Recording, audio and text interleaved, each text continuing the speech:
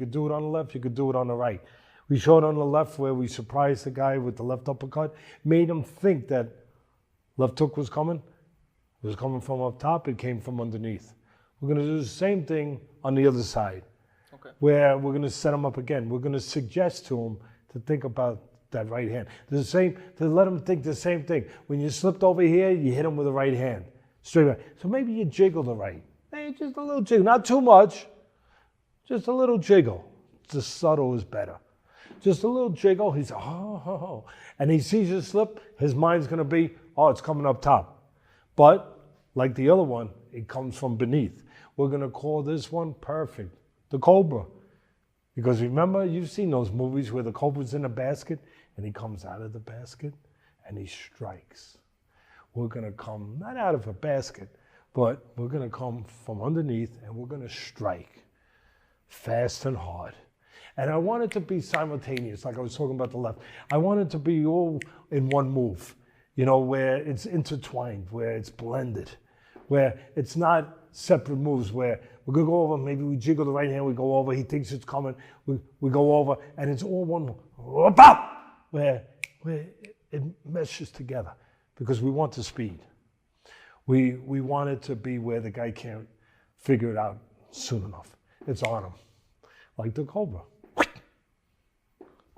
So we want it to be, and it's got to be all snap like we taught before. It's all shoulder snap, all shoulder snap.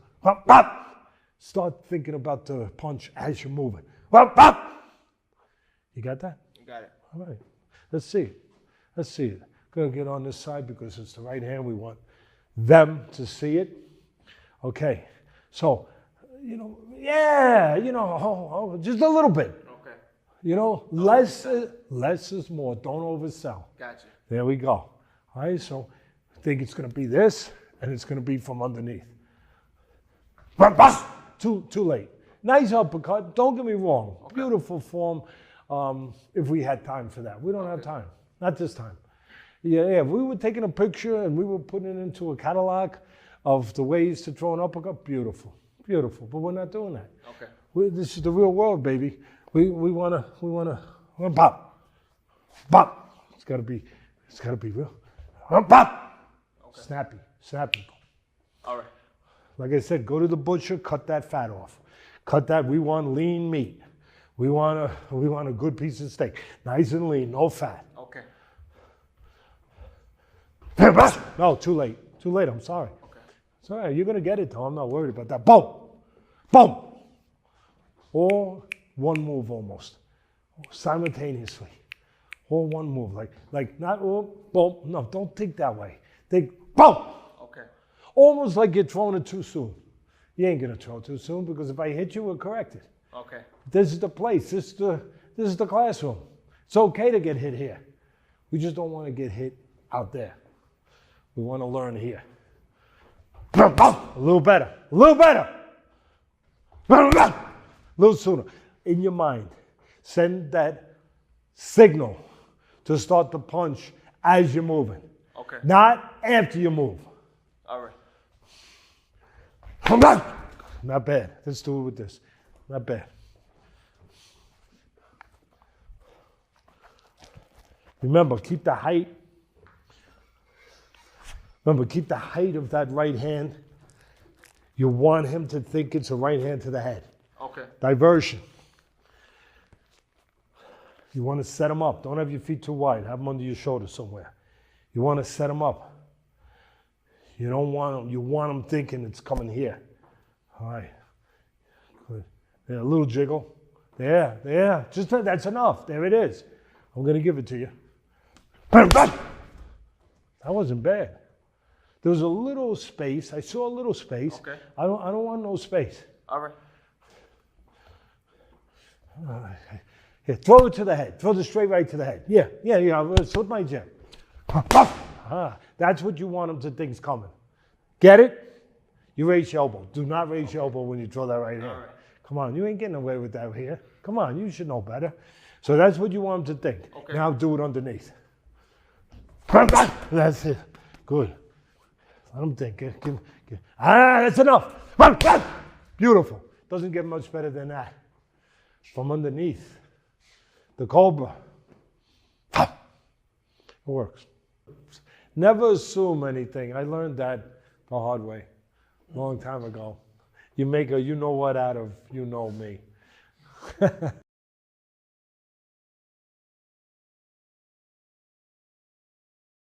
Customato used to tell me these stories. You know, he wanted me to be perfect. He wanted me to be the best trainer, teacher I could be. And so he said, never take anything for granted, ever, ever, ever, ever, ever.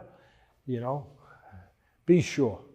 So he told me the story about the graybeards. You ever hear about the graybeards? These great pilots from years ago, great men in this country that were from, I think they were from World War II, World War I, but they were a group of former pilots, old pilots, and they matter of fact, they were still active. I'm sorry.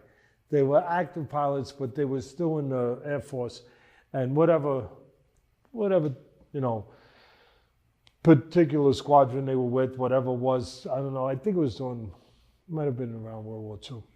But anyway, they were famous. And they were older guys. I don't know if they were retired or semi-retired, or maybe they were retired.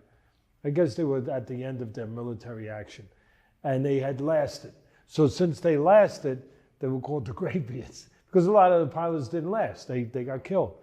And Cuss always said there was a reason why they lasted.